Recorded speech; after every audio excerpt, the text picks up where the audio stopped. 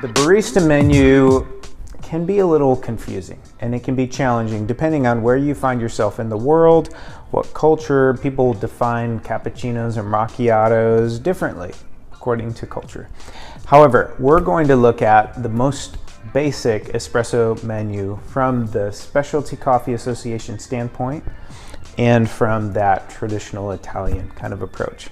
Hey there. So just in case I forget to tell you or you haven't seen it already, go ahead and check out howtocoffeepro.com, where we have lots of coffee classes available online for you, or www.sca.training. And you can find resources, lab tools, tasting kits, all kinds of stuff that you need to up your specialty coffee journey. So if you're not already on the email list, then you're probably missing out on some of the great options we have at howtocoffeepro.com or at sca.training. As always, if you leave your comments below, if you subscribe and follow, and if you join that email list, you're not going to miss out on all the great offers. Traditional Italian kind of approach. So let's look at the basic drinks and how we build those out. So an espresso macchiato, those are going to be our most simple drinks. And as we will express later here, the order in which we prepare and serve these drinks is kind of the reverse of the way I want to introduce them. So we generally serve the largest, hottest drinks first, and we serve the smallest, coolest drinks last. And that's just because the larger and hotter something is, the better it will last.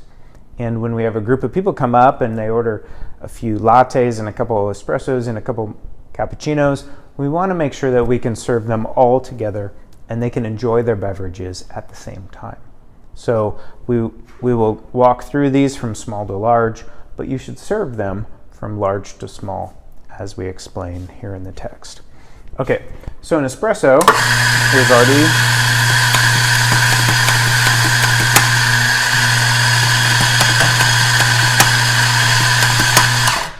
we already talked about the espresso here, and for the sake of demonstration, I'm going to split this up into a couple different exercises. So we're going to prepare our espresso, macchiato, and cappuccino all at the same time here. Let's go ahead and start with the cappuccino first. So I've got milk cool in a pitcher. I'm pulling a beautiful espresso shot into a clear glass that you can see and enjoy. And the wonderful thing about steaming milk is that it happens quickly.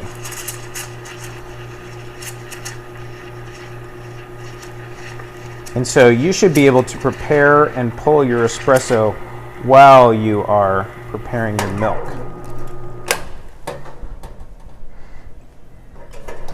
I've done just that here. My milk pitcher was a little full. I'm not going to re-record this video and pretend like that didn't happen because, come on now, we're all baristas. We understand things like this happen. Okay, so I've pulled an espresso shot into this nice glass here. And then what we're going to do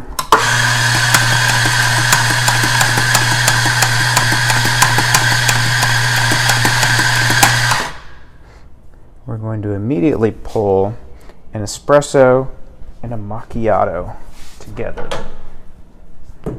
Okay, rinse the group head, start this, and I've got an espresso and a macchiato. Great.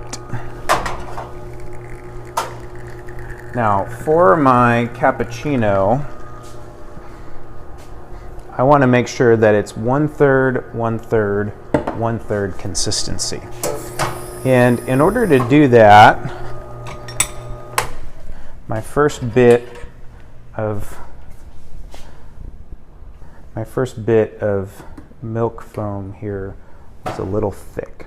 So I'm just going to put a dollop or two, I like 2 dollops, onto my espresso. Look at that beautiful macchiato right there. Just a couple creamy dollops of espresso milk, cappuccino milk on top of an espresso. There we go, espresso and a macchiato. Here's our cappuccino.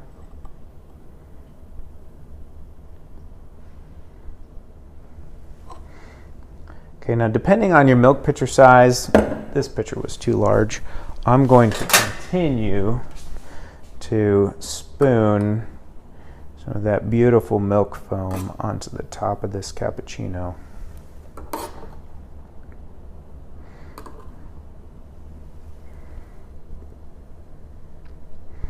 Now the consistency of a cappuccino should be about 1/3, 1/3, 1/3.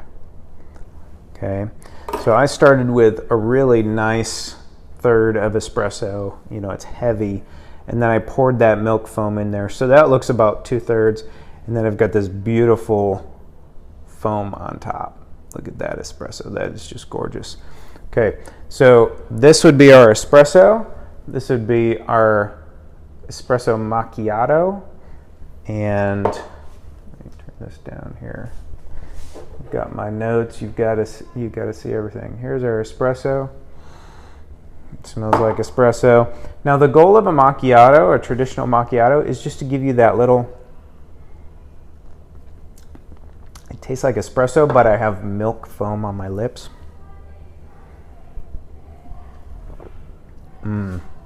That cappuccino is glorious. I love a good thick cappuccino. All right, so let's walk through your espresso procedures. These are the standard steps that you need to perform beginning to end, and just learn this rhythm and repeat it. Don't forget a step. Make sure that you get all of these variables accurate, and then start making some beautiful drinks. So here we go. First thing, I'm going to pull my portafilter from the group head, and I'm going to dry it clean. Now, a dry portafilter basket is going to allow the espresso grounds to evenly fall into that basket. They won't clump to one side or stick and create channeling.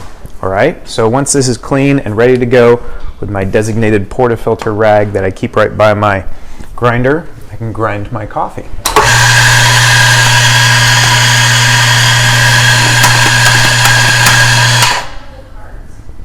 Okay, so I've got a nice full basket here. I'm going to level it north, south, east, west, and then just brush it off of the top. Now, again, your tamp, just start in there with it level, let gravity do its work, and then I want a 90-degree angle to the counter here, and I'm going to step forward and just lean into it. Sorry, my back is to you, you can't tell. Now, when I press it in, if I spin this and if my hands are on it, I can, with my 3 fingers, I can tell that I have a nice level tamp. I'm going to brush the rim, the teeth, the handle, bless my portafilter, and then I'm ready to go. Now, before you insert the portafilter into the machine, you want to flush it. And this removes all of the hot water that may have accumulated, any of the former coffee oils that are up here. And then once I get it up there, I want to start my timer immediately. I want to start my timer and brew immediately. Okay, so now my espresso is starting to fall. I have my milk pitcher already prepared.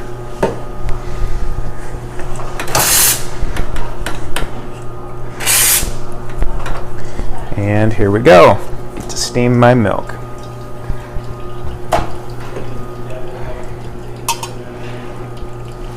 Now, when you first start your milk, you want to insert the tip and just open. Make sure that you get the tip under the milk. You don't want to be blasting big bubbles into your milk. Your espresso should stop. That was at 20 seconds. My milk is spinning, swirling, and as it heats, First I aerate, then I emulsify, then I heat. And so as the milk is heated to the appropriate temperature, then we are ready to go. Now, I haven't been here too long yet, so I actually want to just warm up my cup really quick. I should have done that before, but the espresso machine has such hot water that I can actually accomplish that very quickly. All right, so here I have my cup, and I can gently pour my espresso in. Try to save the crema, be gentle about it. And then this is where your milk pitcher, if you swirl it gently, you can knock some of the larger bubbles out of it. Okay, so with your cup, you want to start at an angle. We're just going to do that simple monk head. Start at an angle and pour into the center of your cup. As you come up to the edge, you're just going to raise that.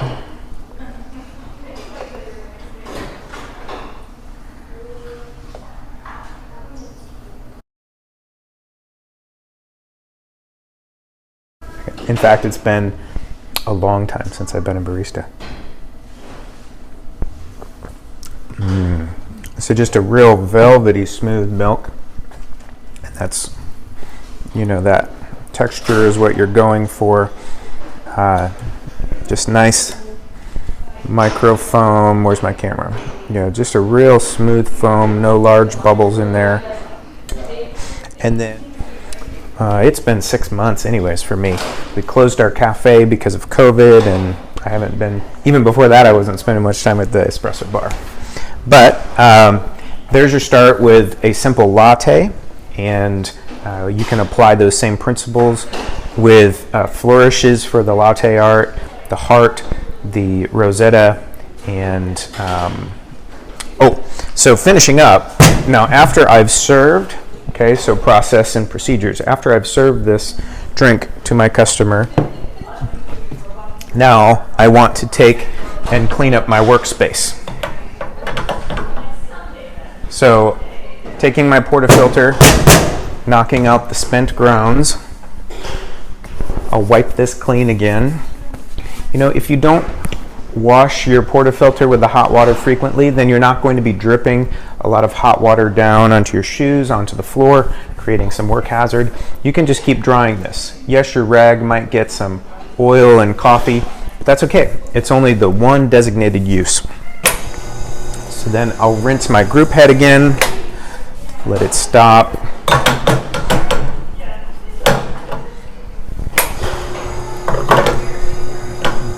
Mine needs a little extra rinsing up there, it seems.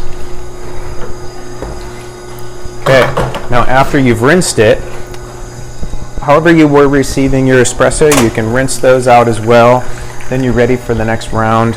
Maybe you've got a spare portafilter, you can also let that one rinse and dry. Wipe up underneath your counter. My milk, you noticed I cleaned that immediately. I cleaned and purged that with my milk rag, my white rag. This is designated only for milk use, but I'll put that back in so that it's out of the way. These are ready to go. I even reset my timer so that next time it's very easy for me to pull another 27-second espresso shot, or whatever espresso shot is tasting good to you. Take your milk pitcher and rinse it in the sink. Throw it back in the refrigerator. If you want to fill it up to, you know, a standard latte line, or just leave it cool, because maybe you'll be making a small, maybe a cappuccino or a flat white or a full latte, you can fill it later. But keep it clean and down in the refrigerator, and you're ready for the next round. Finally, if you have a brush or anything, you can clean up around your grinder. Sometimes there's some extra coffee grounds here. Safe, clean workspace just gives a great impression for anyone who comes and they visit your cafe, your guests and your customers. All right.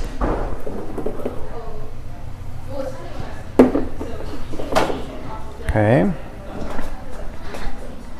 Pour down into the center of the cup. Try not to pour too much milk on top of the crema there. I know there's 2 buckets. We didn't know what paint. Kyle earlier was there. He and I moved like. All right, now you want to do that in the center, but that's how we make a simple heart shape. So real quick, I wanted to demonstrate just what the inside of this portafilter basket looks like when you've taken out your big 17, 18 gram basket. So however big your basket is, that's what it'll look like there. And then if you have a single shot, that single shot is going to be tapered. You'll have to forgive me, there's some people here in the lobby.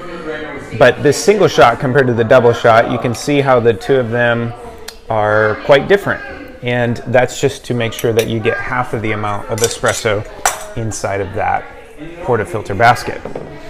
Now, this is a blind portafilter. You'll notice there are no holes in it, and this blind portafilter is used for cleaning an espresso machine. So we pop that in, and then we have some sort of friendly cleaner. This one is made with citric acid. So 1 scoop of that into my portafilter basket, the blind filter basket, and then I'm going to put this up here on my machine. And each cleaner has its own set of instructions, but I'll turn the group head on, and then the water will flush through, and it'll create resistance up against that group head, rinsing that surface. And I'll do that through several cycles according to the instructions.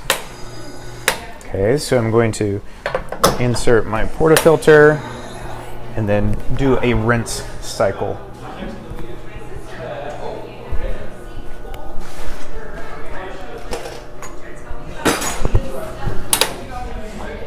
I was looking for my group head brush. There's a nice angled brush. It looks like a really heavy duty industrial toothbrush, and it's got an angle on the head so that I can brush that group head. Usually after you do this for 2 or 3 cycles, 5 to 10 seconds a piece, again according to the instructions, you can then brush it clean, and then you're going to go ahead and you're going to, tomorrow or the next time you open your cafe, you're going to run 1 espresso shot through the portafilter and discard it, just so that any of the residual cleaner potentially is discarded, is disposed of. Okay, so after 3 of those, you'll see this becomes nice and frothy now. The water's been mixing, and sometimes it's really dirty. Sometimes it's not that bad. Rinse it clean. There we go. All right. Lots of other cleaning advice, but this is a really critical one that you want to do every day. As is explained in the notes, if you do not clean your group head daily, you get coffee oils and a real musty, earthy, dirty flavor that grows. And even if you've got beautiful espresso beans, that dirty group head is going to contaminate it. You can do more group head cleaning as well. There's usually a flathead screw that will remove the portafilter brew screen, and there are other elements in there that can be cleaned as well. So keep it clean and keep it tasting great.